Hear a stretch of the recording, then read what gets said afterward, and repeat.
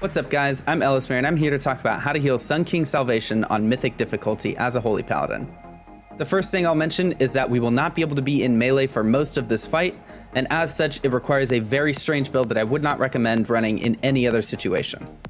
The first talent you'll see me taking that is unusual is Bestow Faith. Unfortunately, because we can't be in melee for most of the encounter, Crusader Strike will be used much less and Bestow Faith will kind of take its place. The next thing to notice is that you're going to want to run Holy Avenger instead of Divine Purpose. This is because the majority of the healing in this encounter needs to be done in small burst 30-second windows. Lastly, I chose Awakening instead of Sanctified Wrath. This is because the majority of your rotation while Holy Avenger is active is going to revolve around also using Holy Light and interweaving Word of Glory every other global. This means you will not gain as much value out of Holy Shock Reduction, and Awakening will provide more throughput throughout the areas where you are unable to use wings. The next thing I'd like to discuss is macros. I have made some very unique macros for this encounter specifically. The opener requires pressing a lot of buttons at once because you want to blow everything on the boss almost immediately. Because of that, I've made two very unique macros for Sun King so that I don't have to press 60 buttons in 2 seconds. The first macro I made was Beacon of Light. This macro simply casts Lay on Hands on whatever target I beacon. Because it's only a 6-minute encounter, you will only get one Lay on Hands, and you want to use your first Lay on Hands to try to phase the boss as fast as possible at the start.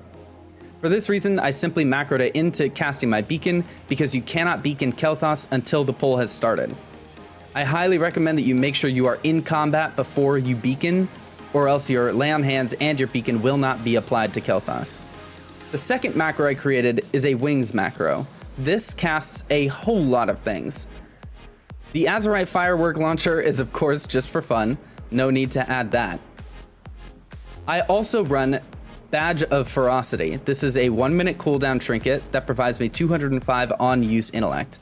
I found this very strong for Sun King as it allowed my burst window to be even more powerful. You could also run something like Inscrutable Quantum Device from the other side. I then macro Rule of Law because you want to make sure that you're getting increased mastery benefit immediately on pull with your burst. I also cast Holy Avenger. Additionally, I cast Avenging Wrath, and finally I use Spectral Intellect Potion. This is a whole lot of buttons that you would otherwise have to press at once, and like I said, I would only ever use this macro for this one encounter specifically because you always want to use those abilities at once every time you press your wings. The beginning of this fight involves pressing both of my macros as well as Bestow Faith prior to Wings being cast. Remember, Wings is off the GCD, so you want to immediately press Wings right before you Holy Shock after you Bestow Faith. Your opener should look like this. You want to beacon Kel'Thas first, and if you are using the macro, that will also Lay on Hands him automatically. You will follow that up with using Bestow Faith, and then the next GCD, you should press Wings and Holy Shock at the same time. What this is going to do is this is going to put Bestow Faith on the boss prior to your Wings happening. And luckily, it's dynamic, so it updates with Wings. That way you will not waste a GCD in Wings casting Bestow Faith. You'll see right here, my first GCD is my Beacon and my Lay on Hands. My second GCD is my Bestow Faith. And my third GCD, I pop Wings and immediately press Holy Shock. At this point, we're going to go into a very standard rotation that's going to last throughout any of our Holy Avenger burst windows. You want to start with Holy Shock, follow that up with Word of Glory, then use Holy Light, and then use Word of Glory again. And you're going to do this on repeat until your Holy Avenger is over.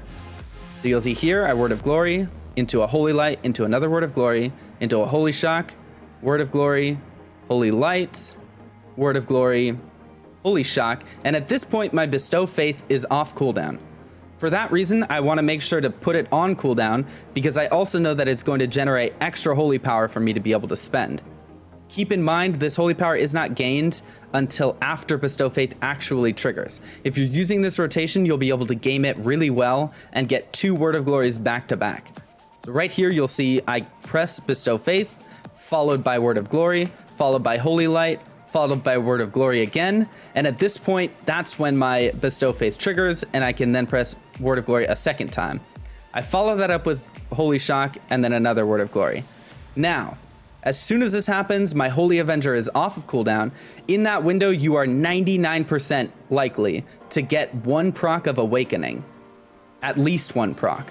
Which means that your wings will be extended by 10 seconds. This means your wings will be longer than just your opening 20 seconds with Holy Avenger. With this extra wings, the most important thing that you can do is use Divine Toll on the raid.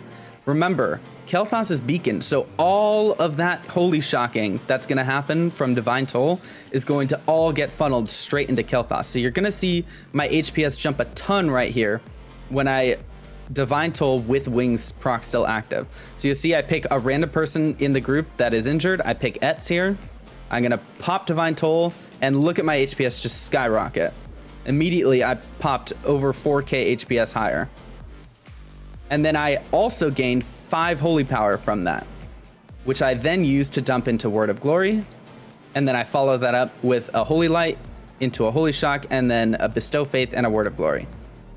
The idea here at this point, once your big cooldowns are over, you just want to prioritize getting as many Word of Glory and Holy Shock cast off as possible, and then filling everything else with Holy Light. At this point, Kel'Thas is going to phase, and we're going to go into the Intermission Phase. For the Intermission Phase, I highly recommend that you swap your beacon target off of Kel'Thas. It is very important that you do that. If you leave it on Kel'Thas, your beacon healing will be completely useless for this Intermission Phase because Kel'Thas cannot be healed during this time. Swap it to your main tank, but make sure that you remember to swap it back to Kel'Thas after this Intermission Phase. The rest of this fight is pretty much the same. The intermission is just standard Holy Paladin healing, and when you get back to the main phase, you're just going to want to do the same thing that you did in the opener. If you guys have any questions, let me know. Feel free to leave a comment or join my Discord and shoot me a private message. Always happy to answer questions. Thank you guys very much for watching, and I hope you guys have a great day.